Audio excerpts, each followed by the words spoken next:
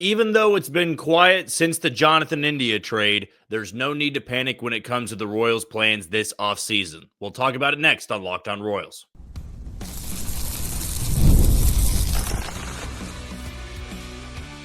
You are Locked On Royals, your daily Kansas City Royals podcast. Part of the Locked On Podcast Network, your team every day. You are tuned into another edition of Locked On Royals on the Locked On Podcast Network. I'm your host, Jack Johnson, and you can find me on Twitter or X at JohnnyJ_15. That's at JOHNYJ_15. Or you can also find us on wherever you get your podcast. That can be Spotify, Apple Podcast, Amazon Music, Google Podcast. We're on Odyssey and YouTube. Just be sure to hit that follow button and subscribe. If you're a first-time listener and you want to know a little bit more about me and this show, I am based here in Kansas City. I work at Sports Radio 810 WHB, doing some hosting, some co-hosting, and producing as well. But when it comes to this podcast, when you click on this link, you know that you're going to be getting 30 straight minutes of Royals baseball. Today's show is brought to you by FanDuel. You can start the season with a big return on FanDuel. New customers can place a $5 bet, and you'll get started with $150 in bonus bets if you win your first $5 bet. Visit FanDuel.com to get started today. Well, before we dive into our segments today, I will go out and tell you now that leading into this next week, it's very up in the air of when our episodes will be coming out. I'm not sure which days they're going to fall on.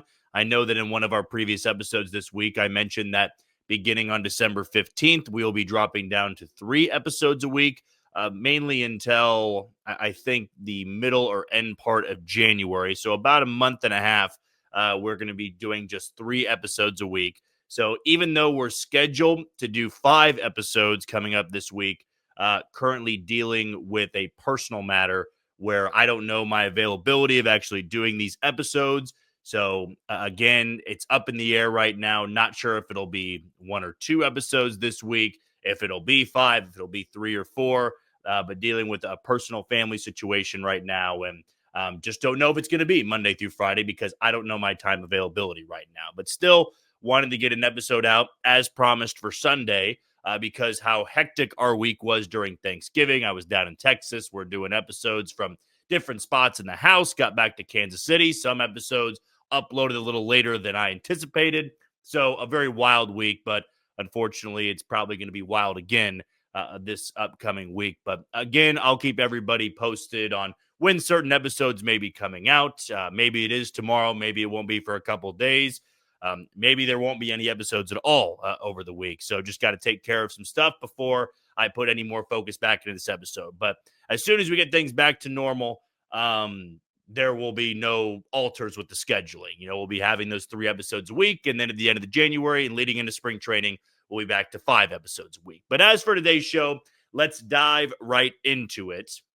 I thought it was pretty interesting on a tweet from David Lesky the other day, who does great work over at Inside the Crown. I'm a subscriber over there. Love reading his work. He's been doing fantastic work much longer than I have. So if you're not following him, definitely follow David Lesky. But it was a humorous tweet of basically saying, hey, the Royals are ahead of schedule when it comes to teams making moves and signings in the offseason. And at times when you see the Dodgers go out there, they get Blake Snell, they get Tommy Edman. You start to think, well, man, you know, guys are going to start flying off the boards here. You think about the winter meetings. That's going to be another situation where teams get more aggressive. So if you're the Royals and you want to get who you want, you have to take the approach that you had last offseason, where you are maybe being overzealous. Maybe you are trying to jump the gun a little bit. I don't think there's anything wrong in free agency, and more importantly, in the winter meetings, if you're overly aggressive. But I think there's a sense from the fans, or at least some fans out there, I don't want to lump everybody together, that because of this dormant period, this quiet period after the Jonathan India trade, it's that the Royals are done until January, right? Hey, we made some moves here. We're not going to need to make anything until January or maybe even February leading into spring training. I mean, once we get to the winter meetings, we're going to know just what every team is trying to do. We are going to know every plan for a team, probably in the American League Central. I'll tell you that. I think the Tigers will be aggressive. Cleveland and Minnesota, I'd imagine they're going to follow a similar path as they've done in the last couple of years. The White Sox are going to be in full sell mode and probably not adding a ton of talent there. But with the Royals, I lump them in with the Tigers of being very aggressive. And when you think about it, they've already gone out there and made a handful of moves where a lot of other teams are sitting on their hands right now, waiting around for the market to set in free agency. Maybe they're waiting for the trade market to set. But the Royals went out there. They extended Michael Wacha, so that was a massive move to begin with. There would have been a handful of Royals off seasons where signing a guy to an extension like that or giving out a contract like that would have been it. That would have been the move they made, and every other move after that would have been a minor deal, a one-year deal, a prove-it deal, a rental guy. And the Royals, shortly after extending Michael Wacha, maybe I shouldn't say shortly, but not a long period. We'll go with that. It wasn't a long period between extending Michael Wacha and then trading for somebody like Jonathan India. So two huge boxes that needed to be checked off, the Royals got done before Thanksgiving. And I think that shows a lot about the aggressiveness that J.J. Picollo and this front office have. They knew about the priorities, and they knew about what needed to be done before they got to the winter meetings. They felt pretty confident at the end of the year Michael Wacha would be signable. He was somebody that loved Kansas City, loved his teammates, loved the coaching staff. They weren't going to have to sell him that hard to stay in Kansas City. You get that done, you're not worrying about the top three spots in your rotation. Then you're worrying about the leadoff hitter in the middle of the order bat. Jonathan India pops up. The Royals make that move. Hey, check another box off. And these are not the 5th and 6th and 7th box that needs to be checked off the list, right? The leadoff bat was maybe number 1 on that list. If not, it's number 2. Michael Wacha, re-signing him and solidifying the top 3 spots in the rotation, that was a top 3 box to be checked off. And the only other one in the top 3 would have been the middle of the order bat. So 2 of the 3 before Thanksgiving were checked off. And even though you get into that mode, that rhythm of, man, they're making moves left and right. They did the same last year. Why are they all of a sudden quiet? What's going on here? Why are they waiting to sign a middle of the order bat? Why are they waiting to trade for a middle of the order bat? Why are they waiting to replace Brady Singer's spot? And it's just that you got to know the MLB offseason is a very long offseason. There are going to be guys that don't even sign until spring training. The big names out there, Juan Soto, of course, he's going to be somebody that waits as long as possible. Now, not all the way to spring training, because we saw last year with a handful of guys, Blake Snell being one of them, that it's just a dangerous game to play if you are not going to be somebody that is signing in December, January. Then you got time to acclimate yourself to the new city, get with the team, get with the coaching staff, and then show up to spring training. You sign midway through spring training, you're quickly getting to know the team. You aren't as built up as you should be. And we saw Blake Snell struggle in San Francisco before he really took off around the middle part of the season. So that factors in to making moves in offseason. It's not just teams sitting on their hands. There are players that will say, we're not signing anything until January. We're not going to take the first offer that sounds enticing. And the winter meetings, it basically sheds light. It showcases a little bit more of where players stand, where they'd like to play. You're going to hear a lot more rumblings and rumors about, which teams are engaged in trade talks, which teams are interested in this free agent. But that doesn't really mean that player's ready to sign. I mean, you get to the winter meetings, the Royals could be linked to somebody like Jurickson Profar. The Royals and Padres and Dodgers and Tigers, let's just use those teams for the hypothetical here. Say they're interested in Jurickson Profar. Okay, that's fine. I'm sure a lot of teams are interested in Jurickson Profar. He may say, I'm going to wait a couple more weeks. I'm going to wait another month just on the off chance that price can go up a little bit. If you have a player whose agent is Scott Boras, hard negotiator. You're looking at some of the higher priced talent out there in Major League Baseball. So when I look at the Royals so far this offseason, it's undeniable. They are ahead of a lot of teams out there. For things they wanted to get done, they are ahead of a lot of teams. And I just simply look at the American League Central when I'm judging this. so many years in the past, even the White Sox, I remember in their little window they had before this treacherous downfall, they got aggressive when they felt like their window was there. Tim Anderson was there. Eloy Jimenez was there. Luis Robert was there. Yohan Moncada was there. Michael Kopech's there. And they add Dallas Keuchel in free agency. They get Yasmani Grandal. They get Lance Lynn. They get Liam Hendricks. They were aggressive. And that worried me as a Royals fan because as the White Sox are making all those moves in the early 2020s, the Royals sat on their hands. And so for the American League Central, when I'm looking at teams that are going to be aggressive, I think the Tigers are going to be very aggressive. I think they want to get another starter to pair with Tarek Skubal. I think they want to give a guy like Alex Bregman a look because of his connection to AJ Hinch. So the Tigers are a team I'm going to be comparing to the Royals at the end of this offseason. I want to see where Minnesota stands after their collapse late in the season that forced them to miss the postseason. And I'm really curious what Cleveland's going to do, who went further than any other American League Central team. And they're so young. They don't have a lot of guys that are making a lot of money. But notoriously, they are a franchise that doesn't spend a lot of money. White Sox, you don't really need to worry about that.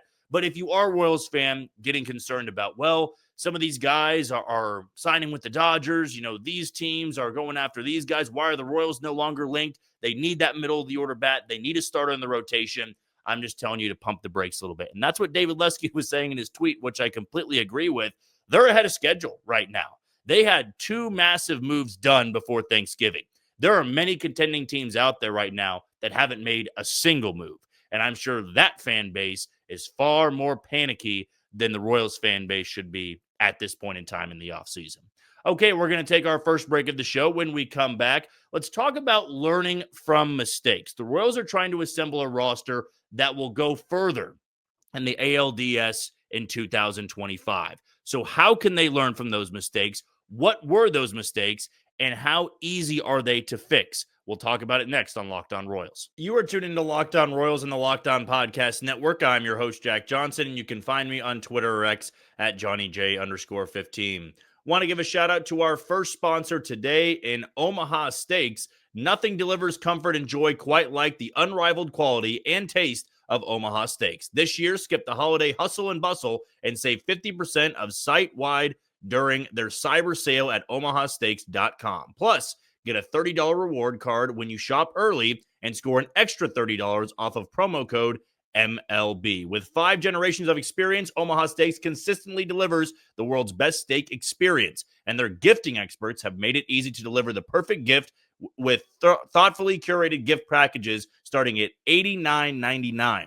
From legendary steaks to mouth-watering desserts and more, save 50% off site-wide during the cyber sale at omahasteaks.com. Plus, our listeners get an extra $30 off with promo code MLB and a $30 reward card when you shop early. That's 50% off at omahasteaks.com and an extra $30 off with promo code MLB. Minimum purchase may apply. I thought it would be a good time, going into December here, to take a quick look back at the 2024 season. I know I said maybe it was in October, hey, we're turning the page. It's only about 2025 now. And I guess I lied a little bit right there. I guess deep down, I knew I was going to have to revisit the 2024 team just because sometimes during the offseason, when it gets stale, there's things to be talked about. There's things to go over. And one of them that I wanted to discuss in today's episode was the mistakes that this team made, maybe going all the way back to last offseason, and how this group can learn from those mistakes and make sure their goal of going further than the ALDS, which is still a tall task. Let's not try to minimize that. Getting back to the postseason, getting more than 86 wins is going to be a tall task, just because at times it's never going to be a very similar approach, right? There's going to be times where you're not just relying on the starters to go 6-7 innings every single time out. Is Seth Lugo going to give you the exact same numbers? Probably not. Is Reagans? Is Michael Wacha? Is the replacement for Brady Singer? Who knows what they're going to give you? Is Alec Marsh going to improve? Is Bobby Witt Jr. going to have an MVP season? Is Salvador Perez going to have a Silver Slugger type season? Are you going to get these huge improvements that you need to surpass 86 wins? That's all up in the air. So I think a big part about learning from the mistakes is maybe understanding that the talent you have on this team needs to be supported, right? The centerpieces of this group, Cole Reagans, Bobby Witt Jr., Salvador Perez, the stars of your team, they have to have a better supporting cast. And I do think they are making strides toward that. One of the best things they were able to do was run it back with the top three guys in the rotation. That was checked off. That box was checked off early on in the offseason. And even if they don't give you those great numbers they had in 2024, it's a great start because you don't need to get too cute with it. You don't need to try to mix and match a rotation. Let Michael Walker go because you feel like somebody in your system can give you the numbers. You need more sure things. And that leads me into my second point here. When you are trying to improve an 86 win team, and let's be honest, every team that makes the postseason gets lucky. There is a luck factor for every single team. You can be a damn good team like the Dodgers, and it doesn't mean that you just were never lucky, right? You had moments throughout the season. You got lucky. I think the Royals benefited from playing the worst team that's ever existed in Major League Baseball, the Chicago White Sox. You can't count on them being a 120 loss team again. Maybe they're a 105 loss team. Still a huge improvement over 120. So maybe you don't go 11-1 or 12-1 against that team. There's wins you're going to need to find along the middle parts of the schedule, right? The dog days of the summer, maybe toward the back half of the schedule where the Royals struggled. So on that point of the supporting cast, on the point on finding more sure things, I think having better depth is very important. And we'll talk about this in the third segment today. There's this talk among my followers. I've certainly seen on YouTube. I've seen on Twitter. Well, if you got Jonathan India, you need to trade Maikel Garcia or Michael Massey. I look at it a little bit the opposite way of I don't really want to subtract from a lineup that needs all the help it can get, right? So I believe some of the mistakes this team made, and maybe it starts with the front office, having guys like Adam Frazier and Garrett Hampson, I don't believe they were detrimental to the team. But I look at maybe a move like Maikel Garcia taking Garrett Hampson's role. I think Maikel Garcia could be an upgrade and a better depth piece than Garrett Hampson. I think you could try to replace the role that Adam Frazier had with another free agent out there that is more of a sure thing than what Adam Frazier was. And the middle of the order bat, right, that everybody's wondering what it's going to be. It needs to be a sure thing. Now, I think learning from the mistakes of last year was banking on some guys to turn things on, right? I fell victim to that. I said MJ Melendez is going to have his best season in 2024. He did not, right? He had bright moments. He went through certain stretches that were positive, but largely a very disappointing season. I don't think you can do that again if you expect to win more than 86 games. Probably goes with Hunter Renfroe as well, who I still really like. I think Hunter Renfroe, when he was healthy this year, was one of the most valuable bats in that lineup. But a part of improving a team like this is taking out the uncertainty. And I know you can't do it for every single position. Now, they're not going to be the Dodgers or the Yankees that can just go spend endless amounts of money to put an all-star at every single position. You're going to have to roll the dice on a handful of guys. But I'm only rolling the dice on a few guys that I'm buying stock in. Michael Massey, I buy stock in. We're rolling the dice that he's going to be better than he was in 2025 than he was in 2024. Vinny Pasquantino, I'm rolling the dice that he's not going to get hurt in 2025. Feels like a safe bet, in my opinion. Kyle Isbell, I don't think I'm rolling the dice and saying he's the everyday center fielder. I'm all right with the platoon situation. We discussed that in one of last week's episodes. Hunter Renfroe, I would not hate the idea of a platoon situation. If you get Jock Peterson and you want him to play against the righties and Hunter Renfroe against the lefties, I'm not going to hate it. For left field, your middle of the order bat. That, if Jock Peterson is the guy you go after, you're probably not signing another starter to play left field. But that whole outfield group, that might be a mistake you're learning from, where this team won 86 games in the regular season with an outfield that very rarely gave you consistent production. There were bright spots for Hunter Renfroe, Kyle Isbell, and MJ Melendez, but all at the same time, not really. And I think that's a part of learning from that mistake. You roll the dice because you spent a lot of money on pitching and you needed some of those offensive guys to bounce back or for the first time in their career take off. So the sure thing part of it, I believe, is learning from the mistakes. How did you lose? Everybody evaluates that at the end of the year, whether you made the playoffs or you didn't. The Royals fortunately made the postseason. Why did they lose? They ran into a better team. That's the obvious answer with the New York Yankees. They ran into a better team. But my answer was their offense was not good enough to compete with the Yankees' offense. Their rotation absolutely was good enough to compete with the Yankees. It would have been good enough to compete against the Guardians. They would have had a better rotation than the Guardians. They wouldn't have had the better bullpen, but against the Yankees, you could have made the strong case the Royals had the better rotation, at least going into the postseason. The Yankees had the postseason experience, Royals not so much, but to me, it came down to the lineup. So if you lose like that, and your season comes to an end because your offense couldn't get it going in game 3 and game 4, you learn from that mistake. We need more guys that can get on base. They value the on-base part of the game. And you build around Bobby Witt Jr. You're not rolling the dice on so many guys in the lineup. You have a new leadoff hitter. That is the best leadoff option you've had in a long, long time. Your middle of the order bat can't be a bounce back candidate. It can't be a prove it deal, right? You have to go spend the money on somebody, in my opinion, like a Teoscar Hernandez, like an Anthony Santander, like a Jock Peterson, a Tyler O'Neill, a difference maker for the middle of the order. So you're not rolling the dice and saying, hey, it'd be really nice if this guy worked out. I want to know that it's going to work out. And the more sure things you have in the lineup, the better chance it is that somebody like a Michael Massey takes off, a Kyle Isbell takes off, a Hunter Renfroe takes off, maybe an MJ Melendez takes off, because you dwindle it down. And I think the sure things last year, when Vinny Pasquantino was healthy, was Bobby Witt Jr., Vinny Pasquantino, Salvador Perez. And even Salvi and Vinny went through some really bad slumps. Bobby did as well. But you're counting on 3 guys there to be your sure things. You jump that up to 5 or 6. Now you're improving and learning from those mistakes that lost you the ALDS in 2024.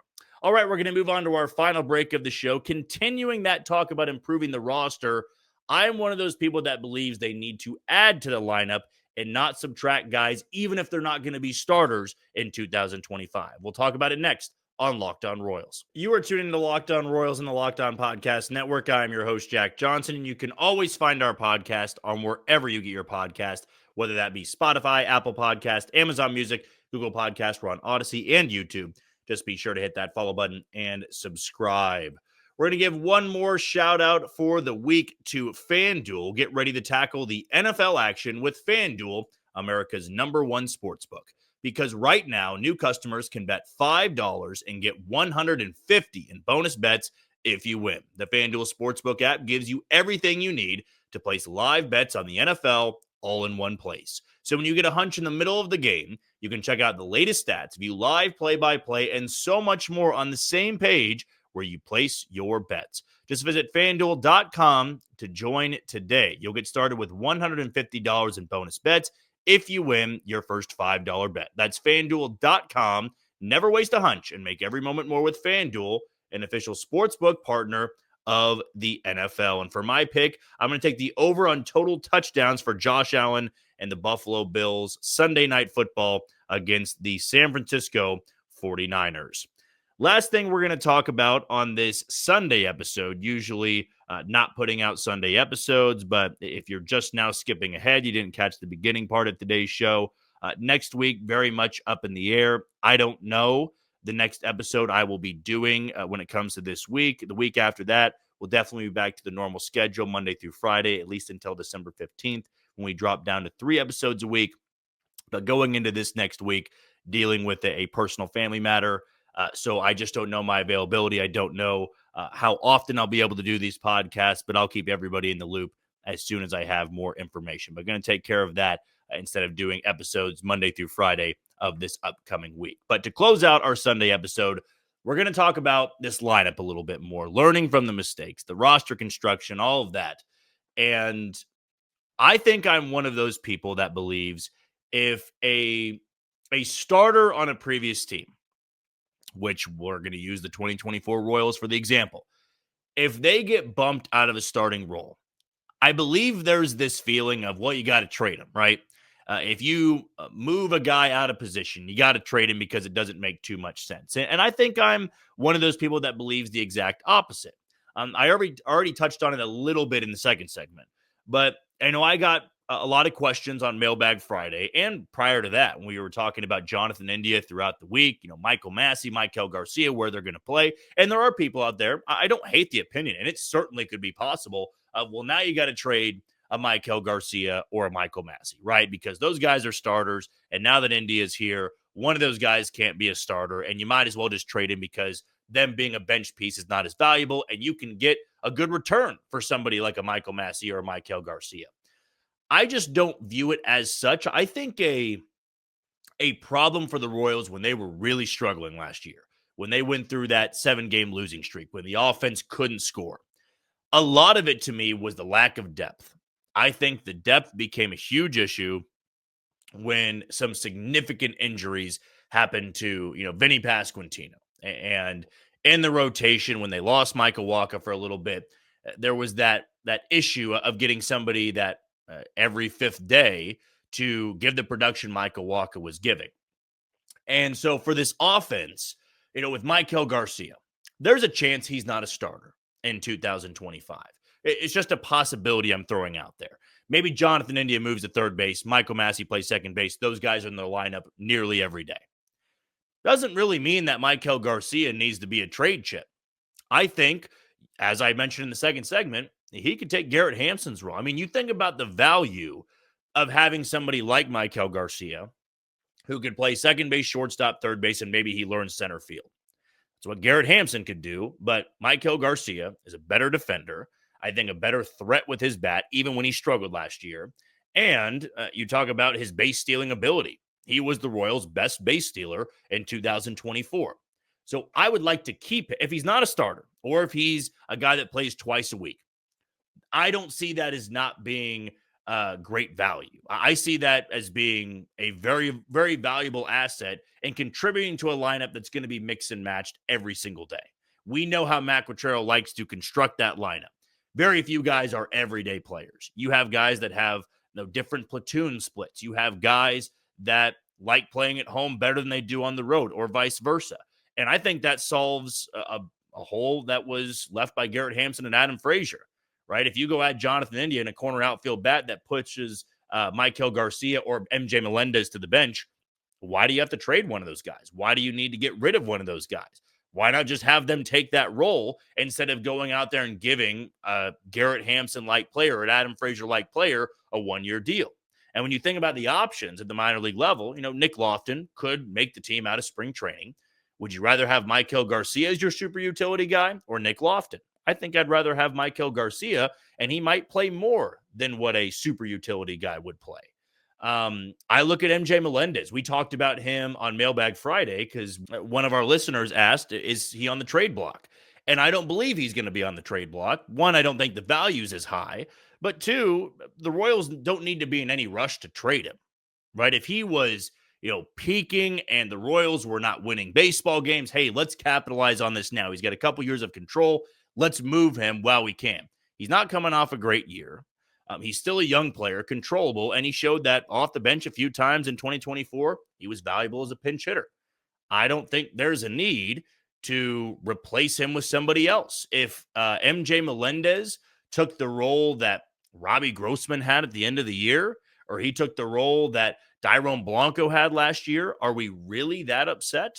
I don't think I would be. Personally, I don't think so. For you, could see the other side. I would love to hear the other side. And that's why I love having the comments open, both on Twitter and on YouTube. If you don't agree with me, I would love to hear why you don't agree with me, just so it gives us more content, more feedback when doing this podcast. And for the lineup, I think that's an area where, hey, I want to add. I want to make sure the depth pieces are good depth pieces. I want to make sure if we're replacing a starter, we are replacing them with a starter who is just flat out better than what we had there last season. The sure thing part of it is absolutely massive when you're looking at an 86-win team that needs to likely get to 90 to win this division, maybe a little bit more than 90 wins, and you got to have more sure things out there. And even on the bench, if Matt Quatrero wants to mix and match the lineup a lot, I think you could upgrade by having some starters from last year, just move to more of the bench role there. And it's less holes you need to fill in free agency. The Royals wanted to have super utility guys like Adam Frazier, like Garrett Hampson. They had their moments. I don't need to, speak illy of them. Garrett Hampson was great in the ALDS. Adam Frazier had a big hit in Washington that all but secured a postseason spot for the Royals in their sweep against the Nationals. They went into Atlanta, and all they had to do was either win one game or Minnesota lose one game, and that got taken care of on that Friday night of the final series of the year. There were good moments they had. But as I said with the sure thing, not that MJ Melendez or Maikel Garcia are sure things, but from a bench perspective, you're willing to roll the dice on that. Hey, if MJ Melendez doesn't work out again, he's a bench player, and then maybe you can make a roster move down the road. He's not a starter. If Maikel Garcia is not a starter, I'm not really that worried about it. I think he can still contribute in a variety of ways to this team, and that's how I think this group can significantly improve in 2025. Okay, that's going to do it for our final episode of the week on Locked On Royals and the Locked On Podcast Network. I've been your host, Jack Johnson.